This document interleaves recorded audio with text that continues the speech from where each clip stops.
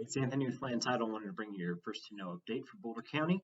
And there's some fascinating stuff here in numbers. And what I really wanted to talk to you a little bit about is just how much the cost of money is changing what's happening in the marketplace. So right here you can see that we have been trending very similarly to last year, right?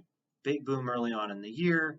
Things are trending down a little bit, but they don't look bad, right? They're fairly stable. Now I say stable because look at the median. It's 4.7% increase above this time last year. The average is down a little bit. The composition of sales obviously seems to be changing some of that stuff, but it's a stable environment in Boulder County. And stability is the name of the game when it comes to selling real estate in these markets where things are starting to get a little sketchy, right? So here on the condo townhouse side of the market, that attached product, we are just not selling the same product like we were a year ago. So we're off by 20%, and we had a ton of really big, cool stuff come out in the city of Boulder. We don't see that right now.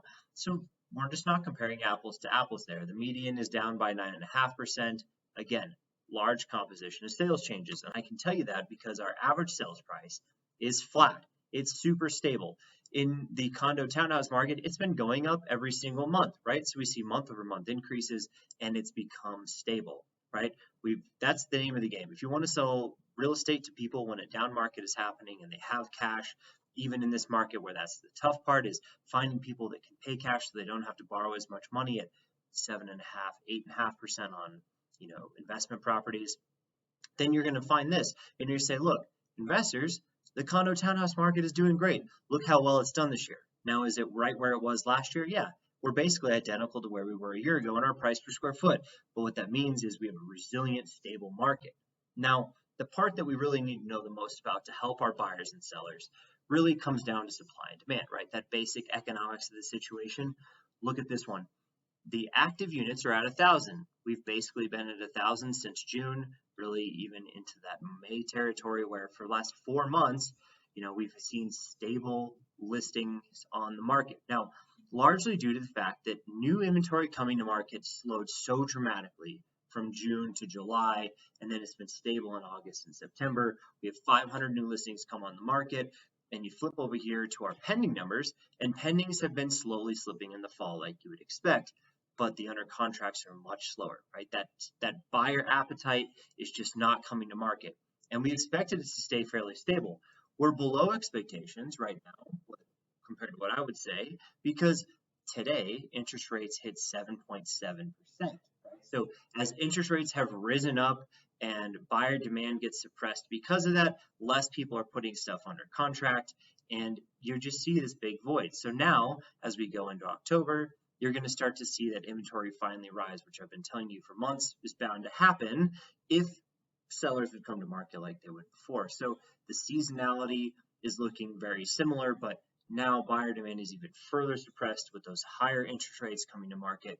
Month supply in Boulder County is unlike anywhere else, right? We have more inventory because you have a more resilient seller pool and a more resilient buyer pool. We have higher priced homes, so less people out there shopping, bigger barriers to entry.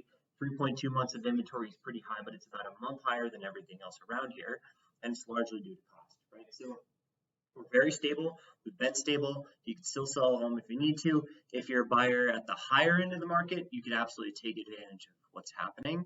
If you look at the pace and the speed and what it feels like, right? 32 days in MLS is an awesome market in most cases. Pre-pandemic, we loved 30 days on market, right? It could have taken 60 or 90 days to sell a house before. We just had a couple of anomaly years. So we're right in line with what you'd expect. 32 days in MLS on average to sell a home on average, right? So some of those, especially higher priced homes, are taking longer. If they're in that, bread and butter spot where first time homebuyers can buy them, they're flying off the shelf still. So that really hasn't changed. The big difference is our list sale price is 98.6%. It's kind of right in line with what you would see. But the big difference here is we've seen 40% concessions on deals. 40% of our deals at Land Title are having concessions. So people are giving up money. It's not represented in this data, and this doesn't take into account price adjustments. So you're seeing a lot more price adjustments, and you're seeing buyers take advantage of sellers when it comes to that. So this is misrepresented, right? It's really hard to say what it should be, but it looks stable. It's not. It's absolutely in the buyer's favor at this point. for our percentage listed sale price. So if you have any other questions, you have any concerns about Anthony land title, don't forget to like and subscribe to the video, or reach out to me if you need other localized market stats. See you next time.